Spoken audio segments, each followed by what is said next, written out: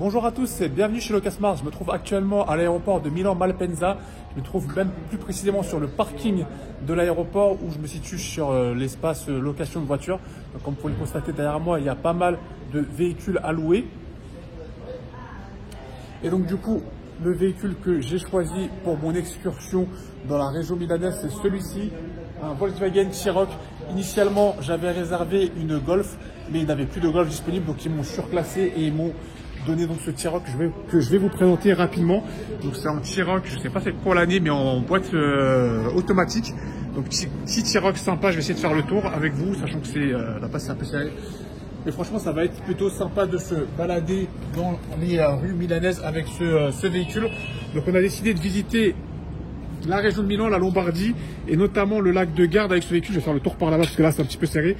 Donc voilà avec quoi on va se promener. Donc là on va sortir du parking, faire l'état des lieux de location pour vérifier qu'il n'y a pas d'entourloupe comme on le sait le faire. Et ensuite on va se promener dans la région milanaise.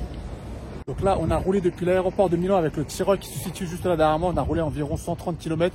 On se situe maintenant dans la ville de Rezzato, devant le domaine dans lequel on va séjourner. Je ne sais pas si on peut appeler ça une villa ou un château, mais c'est vraiment un magnifique domaine. Je vais vous faire le tour un petit peu pour vous montrer de quoi il s'agit. Et je vais vous le montrer un petit peu plus en détail prochainement dans la vidéo. Mais c'est vraiment un très joli domaine. Il y a quelques montagnes, quelques champs. On est vraiment dépaysé en arrivant ici. Donc là, on a repris la voiture et on se situe actuellement dans la ville de Breccia, qui est la grande ville du coin à côté de Rezzato. Je vous montre juste un petit peu la place centrale de la ville pour que vous voyez un petit peu de quoi est-ce qu'il s'agit. C'est vraiment une très belle place. Donc là, on va chercher un bon petit restaurant typiquement italien pour justement bien redécouvrir la gastronomie locale. Donc là, on s'est arrêté finalement dans un restaurant du centre-ville où j'ai commandé donc une salade au thon. Et pour madame, ce sera des lasagnes en centre-ville, en terrasse. C'est plutôt pas mal avec la belle vue qui va avec. Bon appétit! Après avoir mangé, donc du coup, on a repris la voiture pour se diriger en direction du lac de Garde. C'est plutôt bondé, c'est plutôt animé. Mais il fait beau, il fait chaud, donc on va pouvoir se rafraîchir ici, se baigner un petit peu et sûrement se siroter quelque chose ou manger une bonne glace pour se rafraîchir. À voir. Donc là, on est arrivé à Bardolino sous la pluie. Il a pas mal flotté le temps qu'on arrive après la plage. On est vraiment parti à la bonne heure. Donc de base, on devait manger à Divino, qui est juste là-bas, le restaurant. Je pense pas qu'on puisse étoiler, mais un petit peu côté, le restaurant juste là-bas où les gens font la queue. On a fait la queue, on s'est fait, on va dire, recaler. On est habillé un petit peu en mode plage, moi et ma femme. Moi d'ailleurs, je suis en short. Je vous montre comment je suis habillé. Donc on s'est fait recaler, tant pis pour eux, ils veulent pas de notre argent, donc on va aller le dépenser ailleurs. Sauf que je vous montre juste le cadre, c'était vraiment un très beau cadre. Ça aurait été sympa de manger ici, hein. Franchement ça fait vraiment très beau domaine italien. Mais c'est pas grave, on va chercher un autre resto où ils nous accepteront dans nos tenues comme on est. Et on va bien se régaler, peu importe où on mangera. Donc ça y est, les plats sont arrivés, donc une pizza 4 fromages pour moi et des pâtes à la bolognaise pour madame. Si cette pluie diluvienne, on a bien fait de changer d'endroit parce que là je pense qu'on va vraiment bien se régaler avec des plats vraiment traditionnels italiens. Donc là on a changé d'endroit pour le dessert, on a pris 2 tiramisu fait maison, toujours dans la même ville de Bardolino. On est bien abrité avec la pluie qui n'arrête pas de cesser. Donc là je vous présente la salle de petit-déj. Malheureusement pour moi il y a beaucoup de jambon, beaucoup de porc, donc je ne pouvais pas tout manger. Mais sinon, je voulais juste vous montrer comment c'est. C'est assez sympa comment c'est fait, c'est assez grandiose. Donc, il y a de quoi faire un bon petit-déj. Donc là, ça y est, on passe au petit-déj. Je vais juste vous montrer la table qu'on s'est constituée. J'ai essayé de prendre des choses saines. Je sors d'une séance de sport à l'instant, donc ce serait dommage de tout reprendre en termes de calories. Et regardez la vue que l'on a sur le domaine, c'est vraiment assez magnifique. On a une belle vue en terrasse. En plus, il fait pas trop chaud là de beau matin ici. C'est parfait, on est à l'ombre. C'est parfait. Et bon appétit. Donc là, on vient de sortir du petit-déj. Avant de partir en excursion, je voulais juste vous montrer le domaine dans son intégralité pour que vous vous rendiez compte de ce que c'est. Donc c'est la Villa Fenaroli qui est devenue un hôtel. Je ne sais pas ce que c'était avant, je ne me suis pas renseigné. Mais à mon avis, ça devait servir à l'époque de la Renaissance, vu le style de la bâtisse. Et c'est vraiment un grand domaine. Là, juste que là, tout ce qui est à droite et à gauche, ça fait partie du domaine. On a des champs, des hectares et des hectares. Et au loin, on a une grande allée pour ensuite rejoindre la route. Donc c'est assez impressionnant comme type de domaine. Il y a vraiment de quoi se garer. Il y a des places à perte de vue. C'est vraiment assez impressionnant comme hôtel. Donc là, on vient d'arriver à Sirmione, on a déposé le T-Roc un peu plus haut dans la ville. Et je voulais juste vous montrer la vue qu'on a en contre-plongée avant de descendre dans la ville. Donc regardez-moi cette splendide vue sur le lac de Garde. Donc Sirmione, c'est une des villes côtières du lac de Garde. On a le lac, derrière on a la montagne, juste en bas on a un petit port. Je vais descendre pour vous montrer. Hop là. On a un petit port avec quelques bateaux de plaisance. Franchement, c'est vachement sympa comme ville. Donc on va passer la journée ici, on va se baigner sûrement dans le lac de Garde. Je sais pas si on va déjeuner, on a quand même pris un gros petit déj. Mais bon, bref, on va profiter de la journée et du beau temps qu'on a. Donc là, on vient de marcher 40 minutes pour descendre enfin dans la vieille ville de Sirmione. Donc je vous montre juste le centre-ville historique, comment c'est joli. C'est vraiment très joli. Donc là, vraiment, on a un vieux port en plein milieu de la ville avec le fameux hôtel Sirmione. Là-bas, derrière, on a des remparts dans lesquels on va pénétrer pour rentrer justement dans la vieille ville historique. Je voulais juste vous montrer un petit peu le cadre, le paysage. C'est vraiment magnifique ici. C'est vachement apaisant. Donc là, on vient de pénétrer dans la vieille ville. On vient de passer les remparts. Je voulais juste vous montrer comment c'est à l'intérieur de la vieille ville. C'est un petit peu en mode médiéval. Je trouve ça vachement sympa. Donc là, l'entrée du village est juste ici qu'on vient de passer. C'est un petit peu bondé pour rentrer. Mais après, une fois qu'on est dedans, c'est vraiment très joli. Donc là, on est arrivé à l'endroit où on voulait aller. On est arrivé à Jamaican Beach, comme vous pouvez le voir juste ici. Donc c'est un lieu où il y a déjà un beach bar au bord de la plage. Ouais. Et il y a pas mal de monde, des transats à perte de vue. Donc c'est ici, on va se poser pour la journée, on va se baigner, on va se rafraîchir un petit peu. Donc là, on a changé de spot, et on est arrivé à la ville de Lemon. On s'est pris 2 glaces à la gelato du coin, vraiment le glacier artisanal. Je voulais juste vous montrer la vue que l'on a sur le lac de Garde avec les montagnes juste derrière. C'est vraiment magnifique, mais je vous montrerai la ville un petit peu plus en détail et je vous raconterai comment on est arrivé ici. Donc voici la ville de Lemon. Je vous disais, donc regardez cette belle vue sur le lac et la montagne juste au-dessus, c'est vraiment magnifique. Donc nous on est arrivé par là-bas, par ici. On est passé par ces routes de montagne. Donc j'attendais juste pour la caméra derrière moi, ce sera peut-être mieux. On est passé par ces routes de montagne là, par ici. On a traversé la montagne pour arriver jusqu'à Lemon depuis où est-ce qu'on était. Donc je vous disais, on a traversé la montagne juste derrière nous. On est arrivé depuis Sirmione jusqu'à Lemon, donc on a roulé une centaine de kilomètres. C'était des routes de montagne vraiment escarpées. C'était vraiment des routes de montagne comme on n'en voit que dans les films ou que dans certains jeux vidéo. Donc c'était vraiment assez agréable pour moi, je trouve, de conduire sur ces routes-là avec la T-Roc. Justement, j'ai pu tester la fiabilité de la T-Roc, la conduite, la tenue de route. Et je trouve que c'était vraiment assez agréable de le faire. Malheureusement, j'ai pas pu vous filmer tout ça. Et je vous assure que c'était vraiment un plaisir pour moi de rouler dans ces routes de montagne et d'arriver ici à Lemon. Donc on a décidé de dîner dans ce restaurant. Madame a pris une pizza avec beaucoup de parmesan et moi un traditionnel burger avec une petite limonade à siroter. Là, regardez-moi la vue qu'on a, surtout c'est pas incroyable, la vue sur le lac et la vue sur la montagne. C'est vraiment digne d'un film, d'une carte postale. Et en bas on a une jolie vue sur le terrain de foot synthétique, magnifique. Donc là ça y est, on a fini de manger, on est toujours à Lemon, on est descendu au bord du lac. Regardez, on a vraiment les pieds dans l'eau quasiment. Il y a un petit rebord comme ça où on peut s'asseoir, se poser. Là, ils ont fait une petite scène. C'est sympa, franchement, avec les maisons creusées dans la roche. Je vais juste vous montrer ça vu de plus près. De base, on était en haut de la montagne, par là-bas, où on a dîné, Et là, on est descendu par les petites ruelles. Là, il y a des glaciers en bord de lac. C'est vachement sympa. C'est vraiment un petit village vacances. C'est vraiment un lieu paisible pour se reposer et passer de belles vacances. Alors, autre point, je voulais vous montrer la chambre qui est un petit peu du style Renaissance italienne. Donc déjà avec une grande baignoire comme celle-ci, vraiment à l'ancienne. Il y a une baignoire un petit peu à l'ancienne, hein, vous pouvez voir. Et ensuite une douche juste derrière.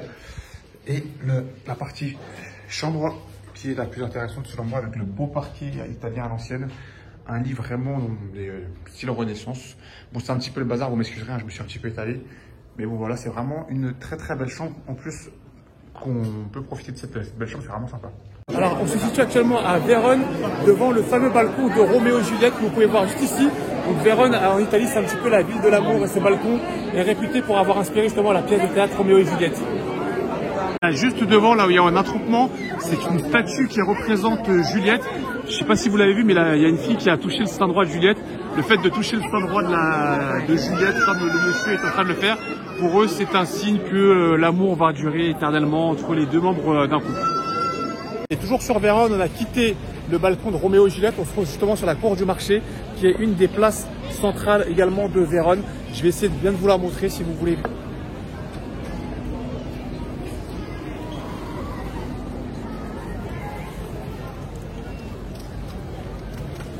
Donc là, nous sommes en plein cœur de Vérone.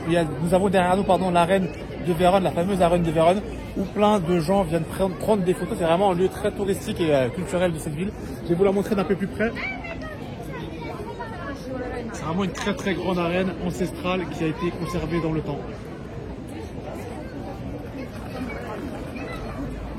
Donc après avoir fait la queue un certain temps, ça y est, on a pénétré dans les arènes de Vérone. Donc je vous montre depuis l'intérieur qu'est-ce que ça donne. C'est vraiment un grand amphithéâtre comme ceci.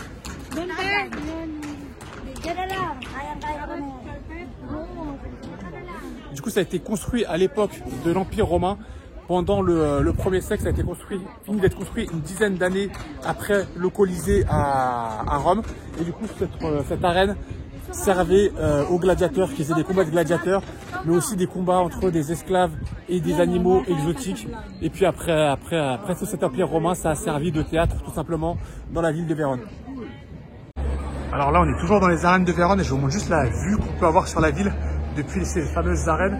On a vraiment une vue qui surplombe un peu toute la ville. C'est une belle place, je ne sais pas comment ça s'appelle, mais elle est vraiment très jolie. Juste en face de l'arène avec ses couleurs, les façades de toutes les couleurs, c'est vraiment très joli. Ces petites rues piétonnes juste ici. Et donc là, voici, on est au sommet des arènes. Donc voici la vue que l'on pouvait avoir depuis le sommet des arènes. Là, à l'intérieur, ici, là, sur la partie centrale, la partie rouge, c'est ici qu'avaient lieu les fameux combats de gladiateurs. Et juste ici, vous voyez cette petite tribune là, juste là, c'est ici que se posaient les empereurs, les invités de marques de luxe. C'était vraiment ce qu'on appellerait aujourd'hui une tribune présidentielle. Et là, voici les couloirs de l'arène. Donc là, on est vraiment dans l'espace souterrain de l'arène. C'est ici que les gladiateurs étaient entreposés, on va dire. C'est ici qu'ils se préparaient à leur combat, qui pouvait être leur dernier combat d'ailleurs, parce que c'était des combats à la vie, à la mort. C'était l'empereur qui décidait si le gladiateur qui perdait devait mourir ou non à la fin du combat. Donc ça pouvait toujours être le dernier combat du gladiateur. Et donc voici les fameux couloirs des arènes qui mènent aux arènes. Donc depuis Vérone, on a repris la voiture et là on se retrouve maintenant dans la ville de Peschiera, qui est une ville vraiment en bordure du lac de Garde. C'est vraiment une très belle ville qui donne une vue magnifique sur le lac. Donc on va se baigner un petit peu ici. Donc je vous montre un petit peu la vue qu'on a depuis cette partie-là du lac. C'est vraiment une très belle vue. On va voir si vous est belle. Donc là on a repris la voiture après s'être bien baigné et on est arrivé à la ville de Desenzano, qui est aussi sur le lac de Garde comme vous pouvez le voir. Donc là, il y a pas mal de bateaux, il y a un petit port, un petit port de plaisance. Et c'est vraiment une petite ville côtière du lac de Garde où on va déjeuner, enfin dîner ce soir, pardon. Il y a pas mal de choix, il y a une belle place ici. Donc c'est un bel endroit qu'on va donc visiter. Alors pour ceux qui connaissent un peu la Côte d'Azur, cet endroit me fait penser à Port-Grimaud. Je sais pas qu'est-ce que vous en pensez vous, mais avec les petits bateaux comme ça garés en plein milieu de la ville, je trouve ça vraiment très charmant.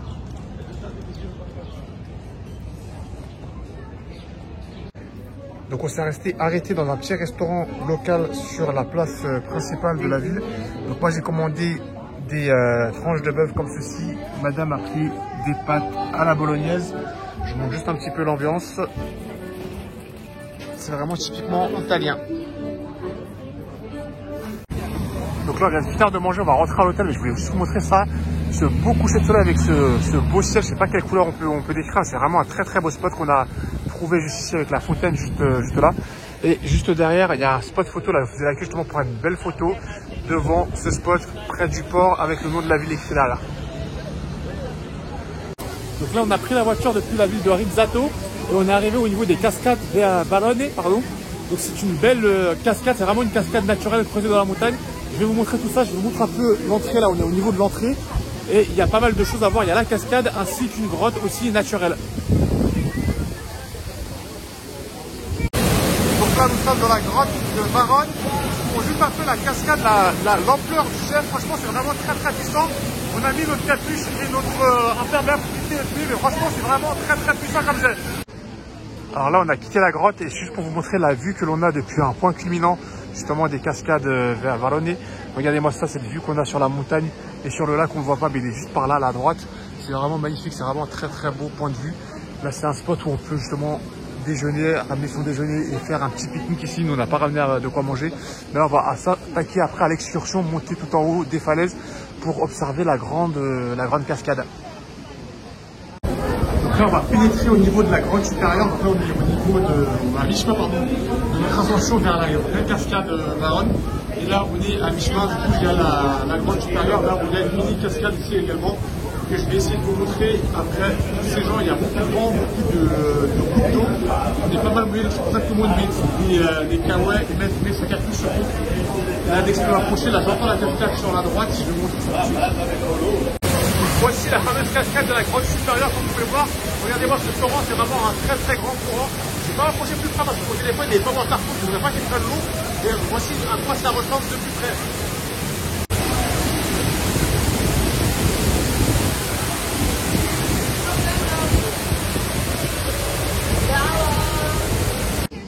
Et donc là, ça y est, on est arrivé sur le point culminant de la cascade. Comme vous pouvez le voir avec la route, la montagne au loin. Et surtout en bas, ce magnifique jardin botanique qu'on a traversé en montant. C'est vraiment très magnifique. On se croirait pas en Italie, on se croirait aux tropiques, aux Caraïbes, je sais pas où. Mais franchement, c'est vraiment des paysans. Je savais pas qu'il y avait ce genre de paysage en Italie. J'essaie de mieux vous le montrer, mais c'est vraiment magnifique, franchement. Ça valait le coup de faire cette montée. Donc là, on est redescendu de la cascade. Je voulais juste vous montrer le courant que c'est. Et en fait, là, ce courant-là, il va directement dans le lac de Garde. Et en fait, il y a deux lacs qui communiquent. Un lac plus haut, 8 km plus haut, qui se déverse en fait dans le lac de Garde. C'est pour ça qu'il y a un petit peu de courant dans le lac de Garde. Donc là, on a quitté les cascades de Varone et on allait arriver sur la plage de Torbole. Donc, je vais vous montrer un petit peu comment c'est. Une plage vraiment en bord de montagne, c'est vachement magnifique. Donc là, on va chercher un petit endroit où on va pouvoir se poser et manger. Et regardez comment c'est beau avec les kitesurfs qui font des planches à voile, pardon. Et quelques restaurants en bord de plage comme ça. Donc finalement on a trouvé un spot pour manger. Donc pour moi ce serait une pizza à 4 fromages et pour madame une pizza aux épinards. Je sais pas si c'est bon mais bon c'est assez original comme choix. Et cela en bord de mer. Donc on va se régaler et bon appétit. Donc là je sors de la gelateria, donc du glacier du coin, où j'ai pris prendre une vraie glace à l'italienne coulée comme ceci, avec du coulis Nutella.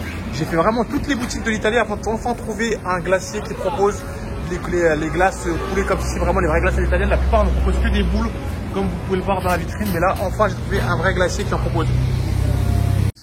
Donc là on a changé de poste et on se retrouve au Castello di Arco, ou château d'Arco, pardon. Donc c'est un château qui surplombe la montagne. Je vais vous montrer la vue qu'on a depuis ici, c'est vraiment assez impressionnant. Donc on a grimpé tout ça, vous voyez là le village en bas là. Donc on vient de ce village en bas, on a grimpé tout ça, on a fait une longue randonnée pour enfin arriver à ce château. Je vais vous montrer la vue qu'on aura depuis le château et surtout depuis le bas du château, le bas du village, pour vous montrer tout ce qu'on a grimpé et je vais faire la visite avec vous. Donc là on vient de pénétrer dans l'enceinte du château, je vous montre la vue qu'on en a depuis celle-ci. Donc voici la ville d'Arco et voici tout ce qu'on a dû donc monter pour atteindre ce sommet du château avec toute cette longue randonnée qu'on a fait. Et c'est pas fini pour le château. Le château est situé juste ici. Là on est encore dans les allées qui mènent vraiment au château, mais je vais juste vous montrer la vue qu'on a depuis ce point culminant. Juste ici c'est la prison du château. Donc, je vais vous montrer à quoi ça ressemblait les prisons de l'époque. Donc c'est comme une sorte de cave, hein, on va dire. Quand on rentre, c'est assez étroit, assez bas. Donc les gens, j'imagine que les êtres humains de cette époque-là n'étaient pas très grands vu la taille de l'entrée. Et voilà à quoi ça ressemble. Franchement, c'est assez miteux. J'aurais pas aimé faire un séjour ici. Je peux vous dire que c'est pas fameux. Je sais pas si Scofield aura réussi à s'évader d'ici. Donc là, ça y est, on est arrivé au pied du château. Donc je vous montre comment il ressemble. Il est un petit peu en ruine quand même. Il n'est pas très bien entretenu. Et donc du coup là, on va s'apprêter à pénétrer dans le château. Donc là, ça y est, nous y sommes. Nous voici dans le Castello di Arco. Ou plutôt, ce qu'il en reste, comme vous pouvez voir, c'est un château qui est en ruine. Je ne sais pas ce qui s'est passé ici, malheureusement. J'ai pas pris le livre audio, donc je ne sais pas Ce qui s'est passé, c'est dû naturellement, le fait qu'il s'est écroulé, c'est dû à une guerre qui a été bombardée et autres, je ne saurais pas vous dire. Mais en gros, voici les ruines du Castello di Arco.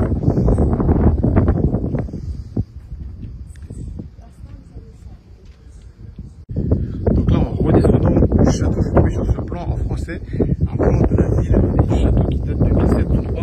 Alors, le plan date pas de 1703, mais comment était la ville à l'époque en 1703. Donc là, on peut voir à quoi ressemblait du coup le château et la ville. On peut voir les montagnes à droite, à gauche, pardon, excusez-moi, sur la carte. Et à droite, du coup, le château qui était fortifié à l'époque, qui était une forteresse imprenable, qui était vraiment tout en haut de cette colline. Et la ville qui était en bas, en contrebas du château, avec la légende juste là. Donc là, ça y est, on reprend la route et on s'en va de la ville de Arco, juste pour vous montrer un peu la vue du château, vue de loin. Regardez à quoi ressemble ce château, il est là-bas au loin sur la montagne. Donc c'est vraiment très magnifique comment c'est posé le château sur la montagne juste là. C'est juste pour vous montrer tout ce qu'on a dû grimper. On s'est garé en bas de la montagne, on ne pouvait pas s'approcher trop près du château. On a beaucoup randonné, on a marché pour enfin atteindre le château et le sommet. On a même atteint ce sommet-là, c'est vraiment celui-là, là vous voyez, celui qui est sur ma gauche.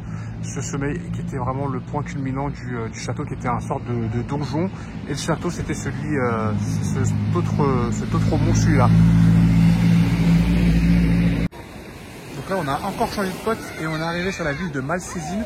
Et on s'est rafraîchi dans le lac, dans cette partie du lac. Franchement, c'était un petit peu frais, mais ça fait du bien après une journée où il a fait très chaud comme là. Là aussi, il y a un très beau château, un peu comme le château de tout à l'heure, qui est aussi sur les rochers. On l'a pas visité celui-ci, on s'est contenté de se baigner et c'était très sympa avec ce beau coucher de soleil. Maintenant, on va changer de ville et on va se trouver une ville en bord de lac où on va pouvoir dîner. Alors finalement, pour dîner, nous sommes retournés dans la ville de Bordolino, où ce sera spaghetti bolognaise pour moi et lasagne pour madame, parce que le cadre est vraiment sympa pour dîner ici. Je vous l'avais déjà montré cette ville, mais c'est vraiment une ville portuaire assez sympa en bord de lac.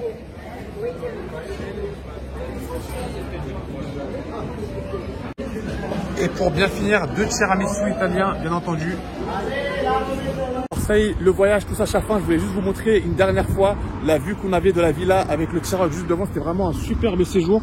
Donc là, c'est la fin de ce voyage. On va aller visiter la ville de Milan aujourd'hui et puis après, on va rentrer ce soir par le vol du soir.